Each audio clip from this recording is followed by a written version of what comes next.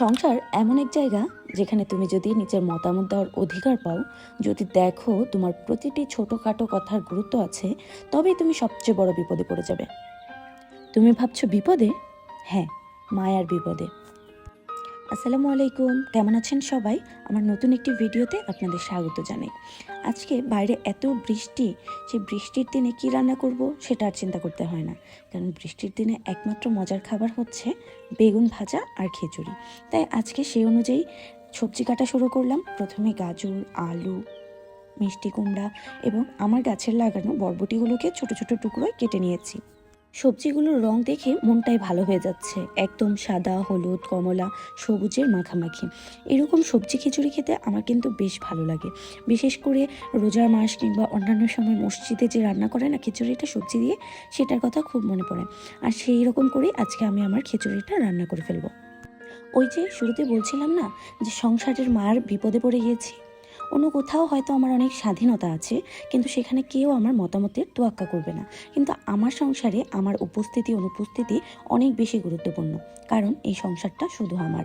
এখানে আমি আমার ইচ্ছে মতো রান্নাবান্না করি এবং সেই রান্নায় সবাই খুব তৃপ্তি নিয়ে যখন খায়, আমার দেখতে খুবই ভালো লাগে। আর ঠিক এই মুহূর্তেই আমি এই সংসারের মায়ের জালে নিজেকে আটকে ফেলেছি।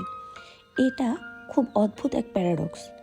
যখনই আমি অনুভব করি যে এখানে আমার সম্মান অনেক বেশি গুরুত্বপূর্ণ এবং আমার পছন্দকে সবাই গুরুত্ব দিচ্ছে, তখন আমি আর নিজেকে আলাদা করতে পারি না। সবসময় এই মানুষগুলোর সাথে নিজেকে জড়িয়ে ফেলি। আর আমি আমার এই সংসারটাকে সবচেয়ে বেশি ভালোবাসি। বারান্দার এই জায়গাটায় আমার রান্না করতে খুবই ভালো লাগে। বেগুন ভাজা করতে করতেই দেখলাম কারেন্ট চলে গেল। তাই আবার গ্যাসের চুলায় সবজিগুলোকে ভেজে নিচ্ছিলাম। সবজি ভাজতে ভাজতে আবার কারেন্ট চলে এসেছে। বর্তমানে বিদ্যুতের যে অবস্থা, এটা নিয়ে আর নতুন করে বলার কিছু নেই। আপনাদের থেকে কীরকম সংযোগ পাচ্ছেন কমেন্ট করে কিন্তু জানাতে পারেন। সবজিগুলো তো আগেই ভেজে নিয়েছি, এখন শুধু মশলা কষানোর পালা। নর্মালি যেভাবে মাংসের মশলা কষাই, ঠিক সেভাবে আজকে মশলাটা কষিয়ে নিয়েছি। তারপর চাল ডালগুলো দিয়ে দিলাম এবং এগুলো একটু হালকা ভাজা ভাজা করে এর মধ্যে সেই ভেজে রাখা সবজিগুলোকে অ্যাড করে দেব। ভেজে রাখা সবজিগুলোকে অ্যাড করার পরও আবার বেশ কিছুক্ষণ আমি ঢেকে ঢেকে কষিয়ে নিয়েছিলাম। আম্মু বলে যে রান্নায় এই কষানোর পার্টটা যত দীর্ঘ হবে, খাবারটা নাকি তত মজা হবে। আর আমি চাই আজকে আমার খাবারটা খুবই মজা হোক। তাই আমি খুব ভালো করে এগুলো কষিয়ে নিয়ে তারপর গরম করা পানিটা পরিমাপ মতো দিয়ে দিয়েছি। আমি আজকের খিচুড়িটা খুব বেশি নরম বা শক্ত কোনোটাই চাচ্ছিলাম না, দুটোর মাঝামাঝি যেন থাকে সেই পরিমাণ অনুযায়ী পানি দিয়ে দিয়েছিলাম। দেখুন কি সুন্দর খিচুড়িটা হয়েছে।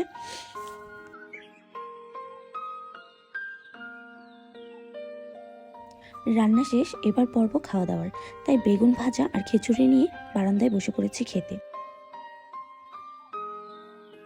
খেতে খেতে মনে পড়ে গেল আম্মুর পাঠানো ফুলপিঠাগুলো এখনও ফ্রিজেই রয়েছে। তাই তাড়াতাড়ি করে একটু ফুলপিঠাগুলোকে ভেজে শিরায় ডুবিয়ে নিলাম। এই পিঠাটা খেতে আমার কিন্তু বেশ লাগে। আজ এ পর্যন্তই। সবাই ভালো থাকবেন, আমাদের জন্য দোয়া করবেন। আবার দেখা হবে নেক্সট ব্লগে। আসসালামু আলাইকুম।